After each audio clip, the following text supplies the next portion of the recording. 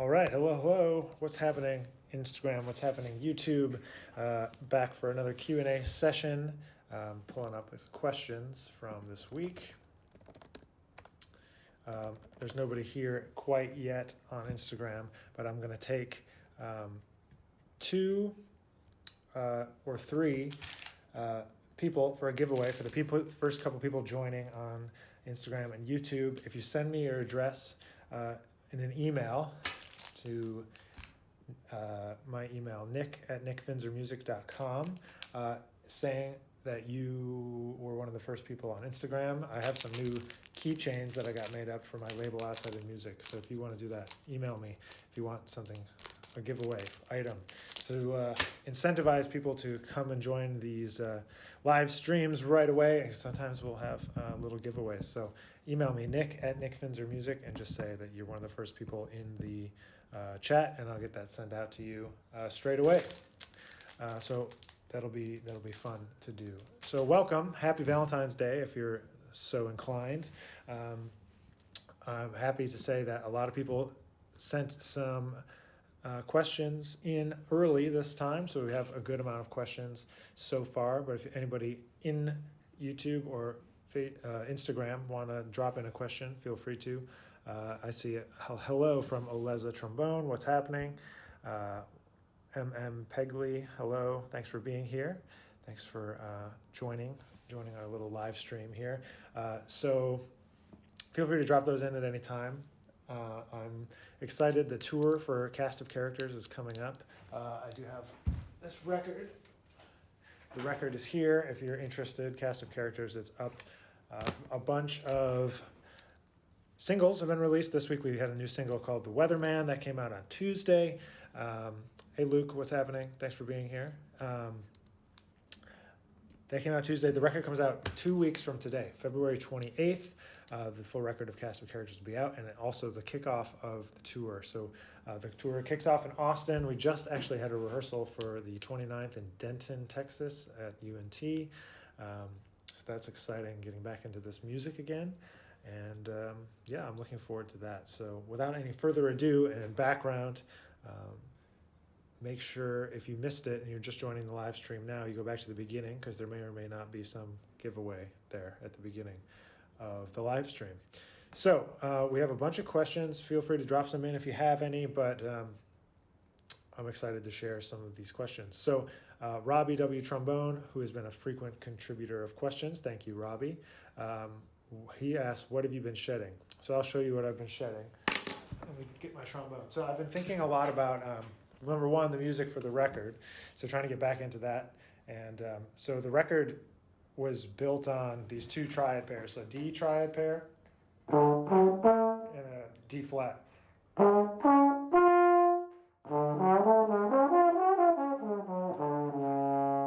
kind of this hex chord, 6-note scale or six pitch scale thing. Oh, nice. You're going to come to the USA. That'll be great. Pegley, I'm glad you can do that. Looking forward to meeting you. So anyway, we have this 6-note pitch set, or whatever you want to call it. This D and D flat.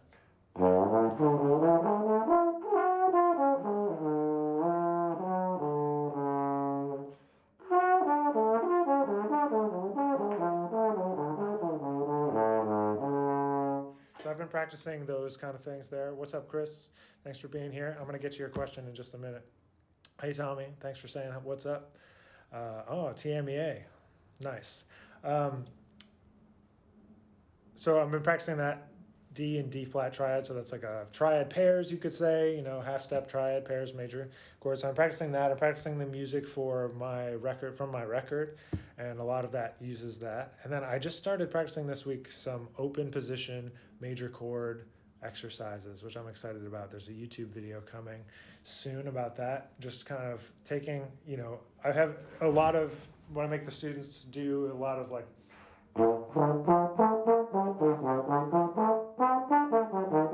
the usual kind of like stuff through a major key center, but I've been practicing something like this where we just open it up into open position instead of closed position. So it's like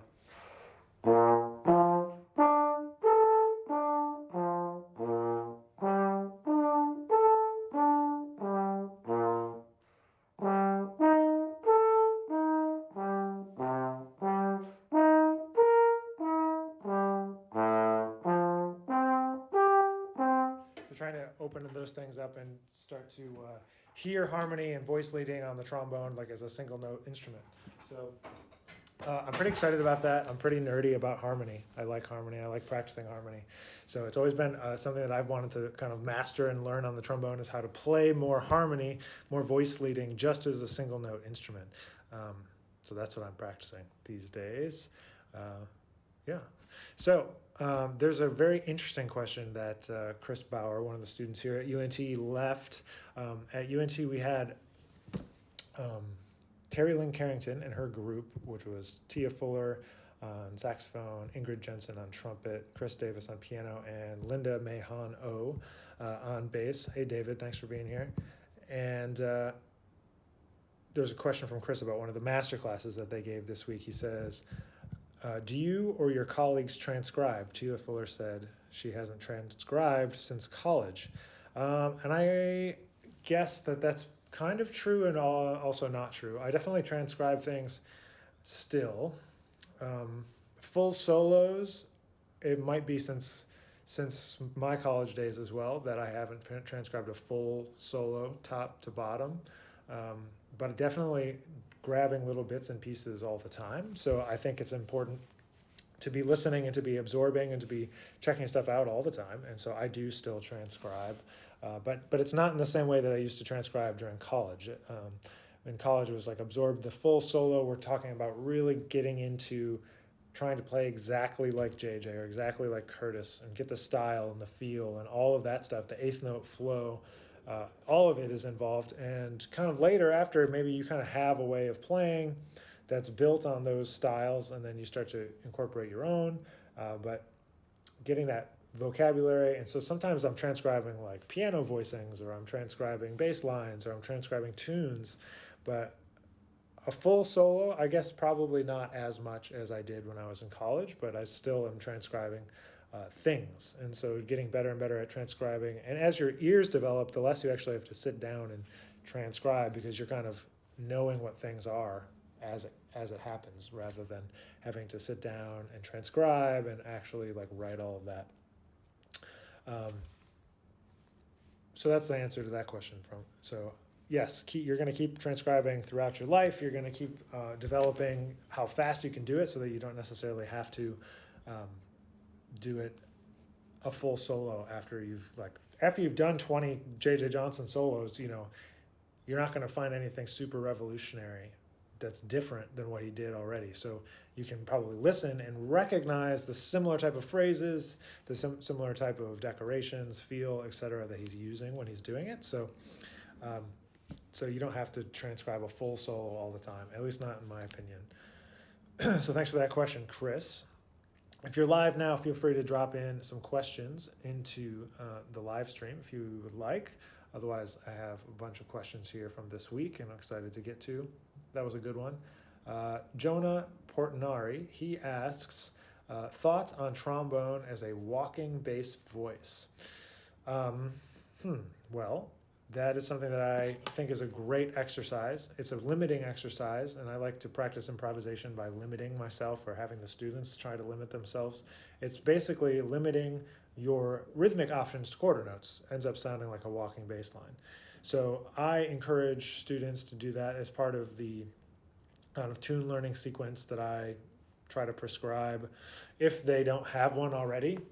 I think there's a lot of ways to learn tunes, and there's no one way. Everybody can kind of do their own thing. But in terms of walking bass lines, like we talk about doing like the root melody first, and then I do like root to third, root to seventh as half notes, and then we do an exercise where it's like root seventh, root third. It's pretty straightforward.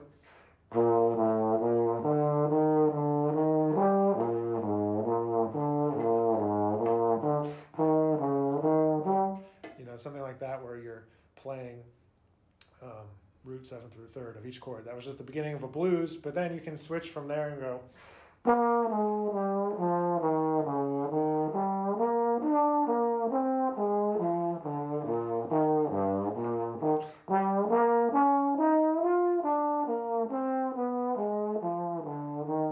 It just helps you keep time and actually have to keep time yourself and be responsible for the time and be responsible for the harmony at the same time. So my thoughts, Jonah, are that you should be able to walk bass lines on trombone, and it's something that we definitely do in lessons. Definitely do that when I'm talking about learning tunes. It's a great way to learn it. I encourage people to learn it on the piano, but if you're not going to learn it on the piano, then you got to learn how to at least walk a bass line or walk some kind of time-keeping, harmony-keeping exercise on our single-note instrument. So definitely try and do that.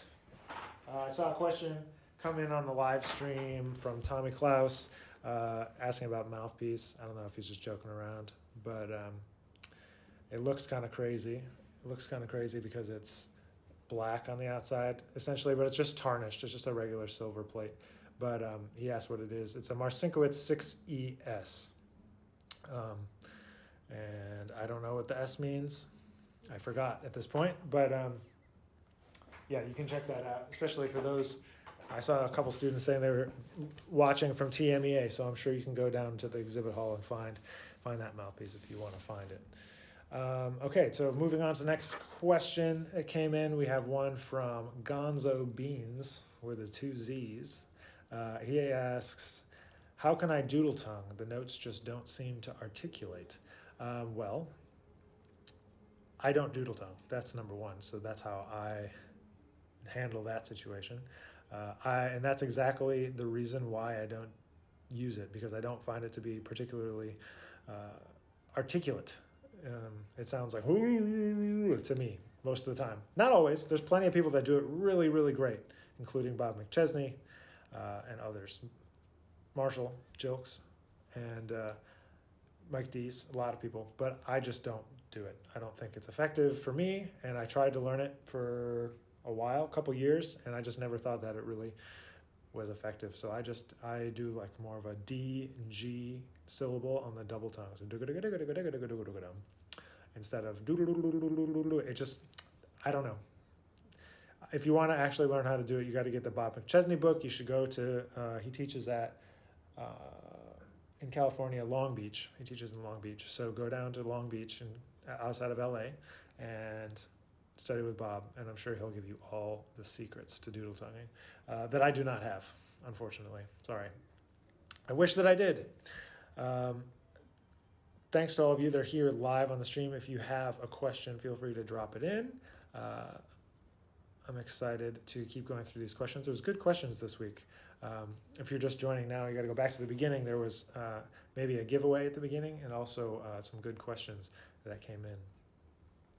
A bunch of people that want shout outs, so that's nice. Just scrolling through some of these questions. We got just a couple more here.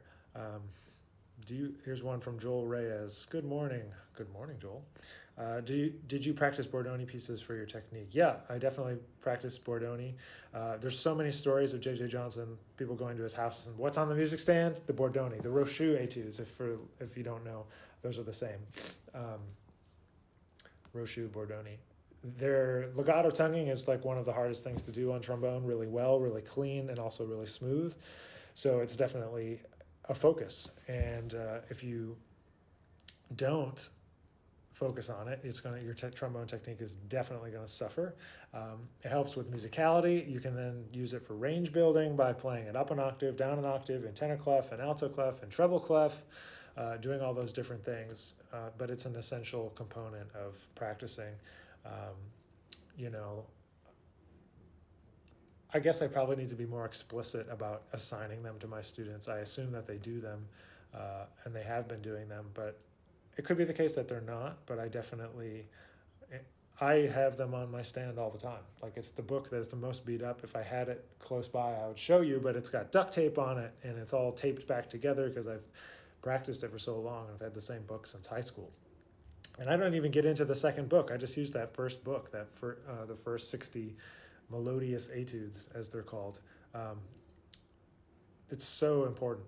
And, when I was studying with Wycliffe Gordon when I was in high school, that we used to work on those too. I think we used to work on number 27. I think it's 27. It's an E major. D, D, D, D, D, D, D. I think that's number 27. It was hard. That was a hard one.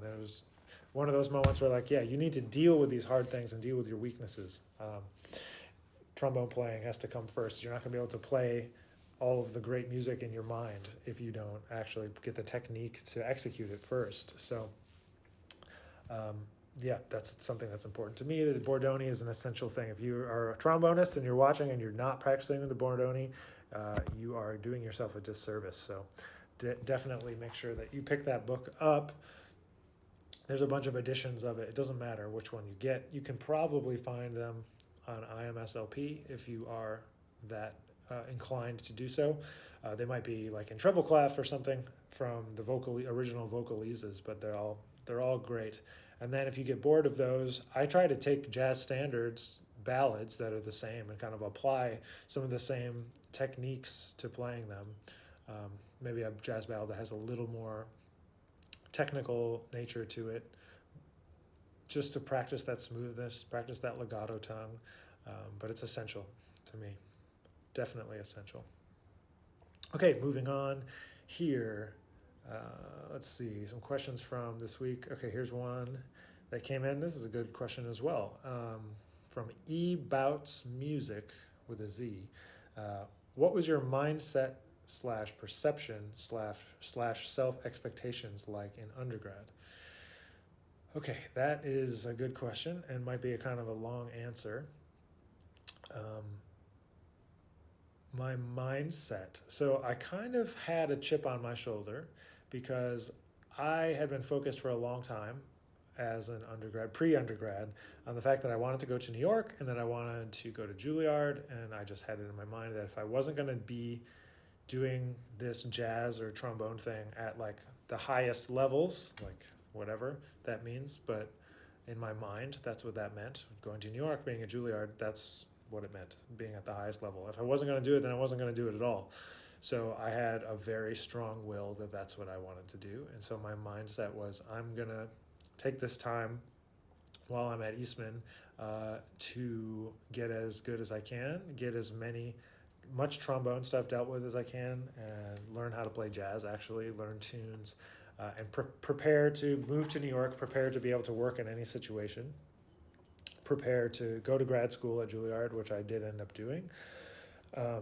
So that worked out, that focus and that mindset of actually like having that clear goal, and that's what I wanted to do and where I wanted to end up. So for me, that's been really important, and it's something that got me a long way. I'm also extremely stubborn, and once I set my mind on doing something, I won't give up usually until it's extremely unhealthy to continue, which may or may not be the best path for other people.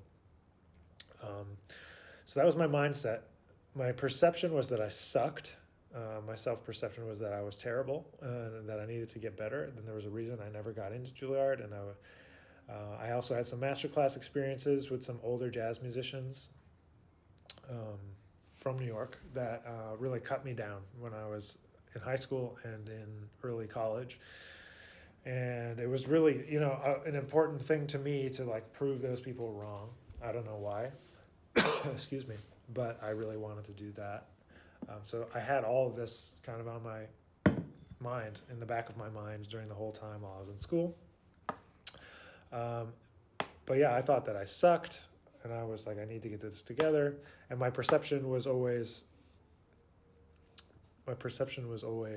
that I needed to be able to compete at the highest level, I guess. And like, eventually it dawned on me that it was like, oh, all these people that have this amazing technical ability or have this amazing like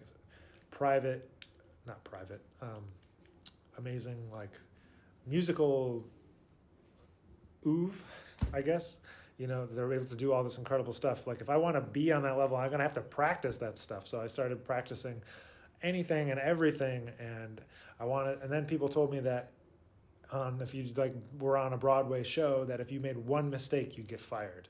And obviously it's not really totally true, but in my mind I was like, okay, so I need to be perfect at sight reading. So I just held myself to the standard that I was going to play it right the first time. And if I didn't, then I needed to keep working on sight reading. So I sight read every single day. And being in bands, playing gigs, that only helps. So just sight reading all the time, So while I was at Eastman, my mindset was like, I've always had this kind of separation between thinking about the craftsmanship of music and the artistry of music. One does inform the other, obviously. You can't do one without the other. You can't be a great artist. Well, you can be a great artist without great technique, but you're not going to be totally free to do everything that you hear or imagine if you're not totally free with your technique and ability to express on your instrument. So I've kind of had those two different camps in my mind for a long time. The ability to develop as a craftsman, play anything, read anything, and then also to be an artist and write music and play my music, interpret other people's music, and have a musical identity and a musical personality. So kind of during undergrad, it was definitely something that I was thinking about, trying to get those bass skills totally together. And by bass skills, I mean like trombone, music theory, knowing what chords are, trying to deal with the piano, all of this different stuff was kind of what my mindset, perception, and expectations were. I did a lot of things. I wanted to get a lot of experience. I used to teach a lot then as well. I had 12 private students at one time. I was teaching a couple school ensembles, and in Rochester, the gig scene wasn't huge, but I was able to get into that scene probably by my junior and senior year. I was working probably at least 3 or 4, if not 5 nights a week, in addition to doing all the playing. I mean, doing all the usual stuff, the wedding bands and there was a lot of salsa gigs then in Rochester, and I did a lot of that. And so that was my expectation of myself, was that I was going to do all those things. I needed to get good at all those things so that I could go to New York and support myself by playing all these different types of gigs, so that I could eventually move into a situation where I could be playing what I wanted to play and being more choosy and focusing on quote unquote interesting music in terms of, whatever that means, jazz music, whatever. So yeah, that was my mindset. I was like, I'm going to go to this place in Rochester. Well, that's where I'm from. I'm going to go to Eastman, and I'm going to get as much out of it as I can, squeeze it for everything that it's worth. I had a band. We used to play multiple times a month and try to get things together, like starting to write tunes and all of this stuff. So yeah, that's kind of what my mindset was like. I know it was a long answer, but okay, cool. We got some questions here in the live stream. Drop them in. We're kind of up to the end of the pre-prepared questions, unless I should answer some of these questions about, hey, have a look at my Instagram. I'm going to teach you how to grow it, or something like that. But feel free to drop some more in here on the live stream. But there's one here from The Great Bone. He asks, what is your process for writing music? Do you write melodies with chords already in mind in your head? Do you write chords, then come up with a melody? Okay, so this... I've done all of those things. I try to now go with one of two things first, which is either the mood of the piece and kind of think how it fits into a set of music. Like, do we need like a chill tune? Do we need something with a fast vibe? Does it need to be major? Does it need to be minor? That can be a starting place for me. Excuse me, I'll just drink some of this coffee here. That could be a starting place for me. And then I try now, currently, to write the melody first. Sometimes it doesn't happen that way because sometimes you're hearing harmony first, and sometimes you're hearing a bass line, sometimes you're hearing a groove.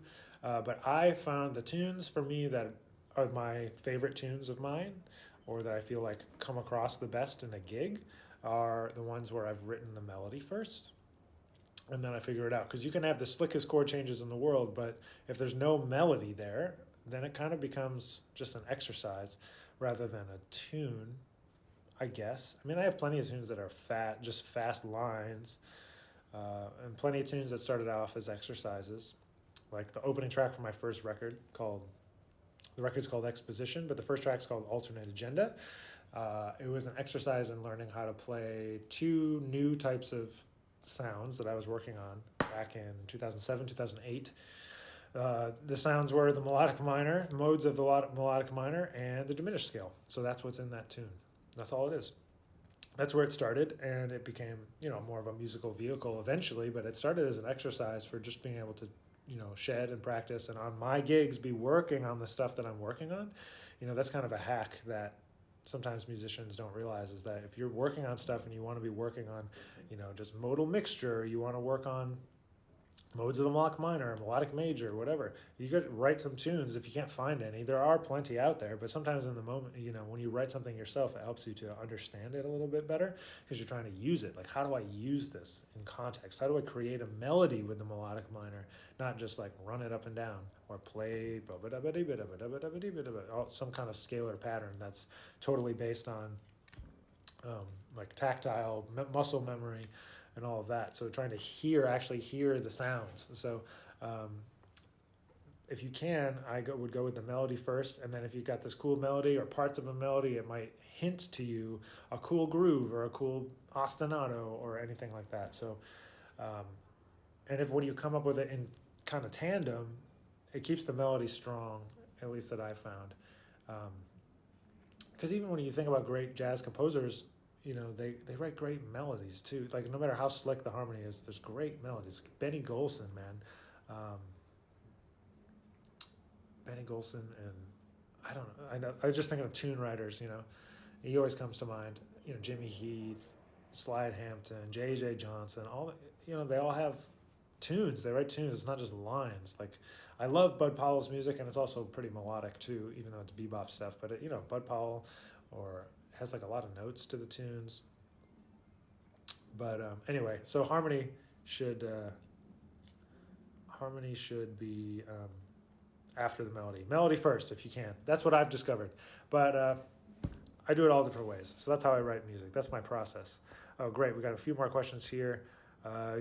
Yajima97 says, do you use PETE for training? I don't know what that is, so no.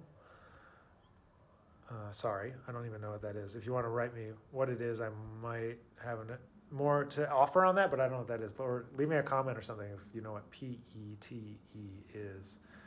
I'm assuming it's in relationship to trombone stuff, I would guess. Another question here from Jazzbone PT. What equipment do you use to record your performances outside of the studio? Okay, this will be a meta moment. I'm recording this for YouTube also. I use this camera here. It's a Canon camera. 80D, I have that I use for YouTube videos, but I also film myself. I film the students, I film lots of things, as many things as I can film. I film it just to have it on record.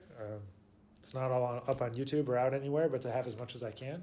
I also use this guy, this Zoom. I've used all different Zooms over the course. I have all the different sizes. I have the little one, I have the big one that has inputs. This one I find, this is the Q2N. This is not sponsored video, by the way, but Q2N is one that works well because it has audio and video. So in a pinch, you can do the video. The video is pretty low quality, especially in low light concerts and stuff like that. It doesn't necessarily come out that well, but it's the same microphones that are in the bigger H4N, which I don't know if they're exactly the same, but they're similar enough that it also sounds like pretty darn good. So I try to record many things as possible. I use this, and then I also have camera bag stuff over here. I have a little lavalier mic that I plug into my iPhone to record videos sometimes to get better audio. My camera used to have a Rode video mic on it. I don't know where that is right now, but it's broken. So we're currently between Rode mics, and the last thing that I use that I got sponsored from a company called Apogee is this thing called a mic, M-I-C. Obviously it's a microphone, but they just call it a mic, M-I-C. I've had this close to 8 years, 10 years now. They sponsored our nonprofit, the Institute for Creative Music back in the early 2010s, and we used them to teach some recording workshops to like high school students on how to use it, how to set up GarageBand and this kind of stuff, just to like record your practice and get some decent stuff recorded, about 10 years ago, or maybe a little less. But so those are the things that I use to record in terms of like my personal stuff. If we're talking about in a studio, a real studio, I usually always hire a videographer that has nicer cameras than me. And I like to use the Kohl's, I think it's 4038 is the name, but if you look in a bunch of the videos, it's right in front of me on the video that came out this week, The Weatherman. If you look at any of the videos from this most recent session, and probably any session of my sessions that are on YouTube, from the Bunker Studio. And the Bunker Studio is the one where it's kind of wood paneled and all of that around it. What am I trying to say? Oh yeah, so the 4038 is the microphone that I like to use, and then you can check it out there. It looks like this. It's kind of like a circular shape, and it looks like a grate, like it's grated a little bit. But anyway, I think it sounds really good. It's pretty dark, but I just like this trombone sound to be dark. I don't want it to be loud and blaring. But that's just me, and that's just personal opinion, and I can see why you'd want it to be different than that. So that's that. So I'm really glad all of you could be here today. A lot of people in the stream on and off for the last however long we've been doing this, about half an hour or so. Just take a couple more questions, and then I'm going to get on with the rest of the day. I've got some other stuff to do, but feel free to drop any other questions in. I see another one here from Jazzbone PT. Yes, there's time. How important do you think social media is for jazz trombonists and musicians in general? I think that social media is the way people connect, and social media is the way that people find out is who you are, what you're about. Whether or not we like it or not is not really relevant. Do I want to spend all day scrolling on Instagram or watching YouTube videos? Probably not. But whenever you're looking for something, whenever you're looking for music, a lot of times, you discover things on these platforms, and it's a great way to connect. And the thing that I think about is that if you aren't on those platforms, you aren't where people are looking for stuff, then you kind of don't exist to the next generation. And, as much as I'd like to go to the, older folks that, will like jazz and like music, they are aging. They might not be into what I'm trying to do. If I'm trying to, blend styles or, be a modern jazz musician and like move things along and play with crazy effects or like loud or this or that and trying different things or playing free, and like people that are fans of Wycliffe Gordon and Curtis Fuller and JJ maybe aren't a fan of that too. So in terms of developing an outlet for that, I feel like you need to be reaching out to also your peer group, your age group, and younger. And as you get older, that obviously that gets more and more people in that younger category. So if you start now and you're on the platforms, then people that are younger than you can find you because that's where they are. And they're looking for trombone content, even if it's jokes or memes or whatever. They're looking for stuff, and people find it. And you've got to have a strategy, I think, and you have to have a budget for paid marketing, on those platforms. Unfortunately, people aren't going to just find stuff anymore. So I'm running ads all the time onto my YouTube channel from Facebook and Instagram. I'm, using some of the better videos and content to drive awareness, to new people. And usually it's not that many people at a time that end up, coming into the ecosystem and coming to live streams and coming to gigs and stuff. But if I can just get one or two people a week or something, I know that, by the time, if I can get 100 people in a year, then in 10 years, that's 1,000, and it just keeps on multiplying. And so I think that you have to come into it with a strategy, using it for a purpose.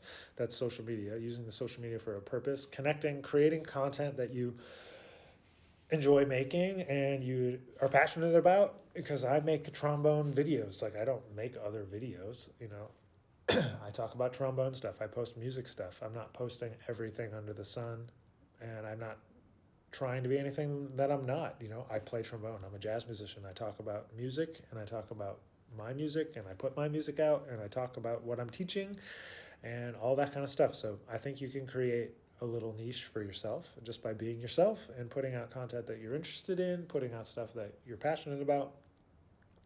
So to me, I think it's essential. And so as jazz musicians, sometimes that makes it difficult because we compose long pieces and we think in long chunks of time in terms of solos, and all that kind of stuff. So we have to figure out, how do we get it down? I figured out how to clip up some stuff for Instagram, but now I'm like, okay, now I got to get it down to 15 seconds for TikTok. And I haven't figured that out yet. So if anybody, excuse me, has some suggestions on that, I'm open to what can we do to get some more jazz and more trombone content on TikTok. Got to start a TikTok trombone army here. Well, thanks for the question. Hopefully that gives you some context to how I think about it. Jazzbone PT. Sorry, I wish I knew your actual name. I would call you by your actual name. I know some people's Instagram handles, so I can say hello to them. Joel Reyes has one more question here. Feel free to drop in. Okay, so Alan, he says he's got TikTok ideas. So apparently we're going to start this TikTok trombone army pretty soon here. But Alan, you're going to have to play trombone, not trumpet. Feel free to drop any last minute questions here. I'm going to answer this one and maybe whatever else comes in the interim, and then we're going to jump off for today. But we're really glad you're here. Happy Valentine's Day, if you didn't hear me say that already. Valentine's Day 2020. Make sure you do something nice for somebody. My nice thing is happening. It's getting delivered soon, I think. Okay, so Joel asked another question. How big is the trombone world? Would there always be an openings as a trombone player for gigs and education jobs? Well, I mean, the obvious answer there is no. There's not always opportunities and openings, but you have to be prepared for them when they come about. I mean, that's how I ended up teaching at UNT, was that I was prepared with material and previous education experience when something came open. Wasn't necessarily something I was focused on. It was just being prepared, you know. They say luck is when preparation meets opportunity, you know, and I try to live by that and just be prepared all the time and have stuff together and know where I'm headed. I mean, things go crazy. I'm here and there and everywhere. The path is not a straight one, even though I think, you know, I've got these goals and I'm trying to get there, you know, the path is never straight. Are there always going to be jobs? I mean, I think if you're the trombone player and you're creating opportunities for yourself, then yes. I think that's essential for just about everybody, except for bass players. Maybe you've got to create gigs for yourself. I mean, drummers and bass players and rhythm section players tend to have an easier time getting, you know, sideman gigs and just general kind of working stuff. You know, we have other opportunities as trombone players to play in shows and play salsa gigs and wedding band horn section things and all that kind of stuff. But you got to be entrepreneurial, I think. Just being a trombone player, not an educator, not doing arranging, composing, not doing any of the other stuff, that's a tough road. Unless you're gonna be an amazing orchestral player and you're gonna like go there, and that's super competitive, it's super stressful. But I think that the world always has room for another great artist. You know, if you have a musical point of view, if you have something to offer to the world, I think that there's always room. And you have to define what that life looks like for yourself. What are you willing to do? What are you not willing to do? How do you want to live? Where do you want to live? What goals outside of music do you have? You know, all that kind of stuff plays into, at least it does for me, plays into like what even type of trombone job, you know, there is. Like, for example, the Airmen of Note have 2 trombone openings right now. And for some people, that gig will be a great gig to have. And it's a great paycheck. You get to play music for a living, and you're got great benefits, and there's so many good things.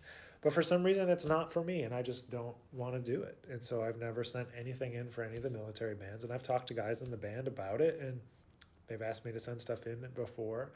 Probably not now. I'm probably getting too old, I guess. But you have to decide what things you're willing to do and you're not willing to do. So, but I think there's always room for another great artist. There's not necessarily always room for like another utility trombone player. There's only as much work as there is. But if you can be unique, if you can be that person that can do everything, if you have something to offer, you'll be great. And the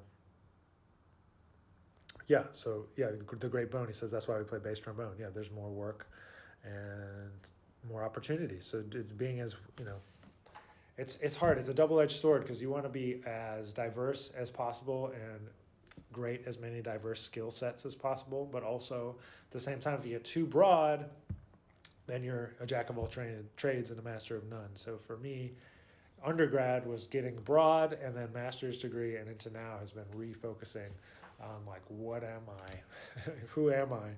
What kind of art do I want to make? What kind of trombonist do I want to be? What kind of gigs do I want to get called for? And I'm fortunate to have that, be able to do that. You know, I've had great opportunities along the way, and the education side of things has supported me too. You know, and it really is a super helpful learning for yourself to teach, because it helps you figure out how to do what you do and figure out how to explain it, and it helps you do it better, I think. But not to end on that note, but we're gonna wrap it up, I think, for today. So thank you so much for being here. Oh, there's one more comment I have to address. There's a comment here in the Instagram live stream that says valves are greater than slides. And I'm going to just give a thumbs down to that one. A live thumbs down. Not even an emoji thumbs down. Sorry, Alan. All right. Well, thanks so much for being here today, everyone. I'll try to, I think there will be time next week to do another Q&A. So feel free to send me some questions. Go back to the beginning of this live stream if you want to check out the giveaway. And we will talk to you again real soon. Thanks, guys. See you later.